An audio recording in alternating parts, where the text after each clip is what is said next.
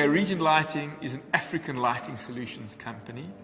We believe we have a strategic advantage over our opposition because we understand the conditions that we're working in.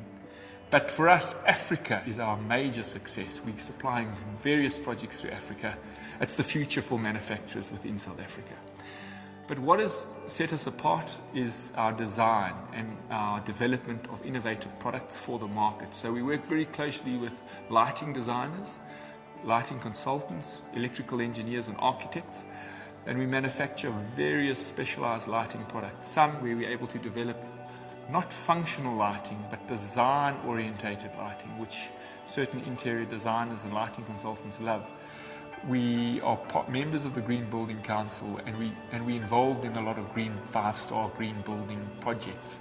And we need to live and be part of this movement of creating a space in South Africa where we're not dependent on coal-fired power stations. One of the big drives for Vaal Industries over the last 4 years has been energy management. Because we have a foundry, we use a lot of energy.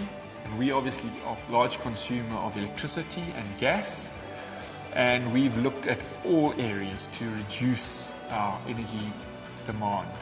We've cut our working hours, we've tried to make our furnaces more efficient. We've looked at all sorts of areas, and we believe that we've done as much as we can do, every single conceivable area, because as a manufacturer, to have consistent power supply is critical. We made a decision 7 years ago to invest in a 630 kVA generator to ensure consistent supply of electricity. That was quite a big decision, but it was an important decision to make to ensure that we could continue our manufacturing processes during times of load shedding. We didn't use this capital equipment for 5 years, but at the end of last year when load shedding resurfaced, it made a massive difference to our business because a lot of our competitors hadn't invested and they were severely impacted. So it's one of the external forces that as a manufacturer in this country that you have to live with, and if you don't invest, you're not going to be able to succeed. So we looked at other areas because energy has become a far greater component of cost than it was in the years gone by. And we're having to remain competitive in this environment. And we looked at various options, and obviously the one that came to the fore was solar energy. We had a consultant come around and do a whole lot of evaluations in terms to see how much energy we use during certain times of the day. And solar was by far the best option. We have a large factory area of over just under 10,000 square meters, and our roof position is perfect for solar panels.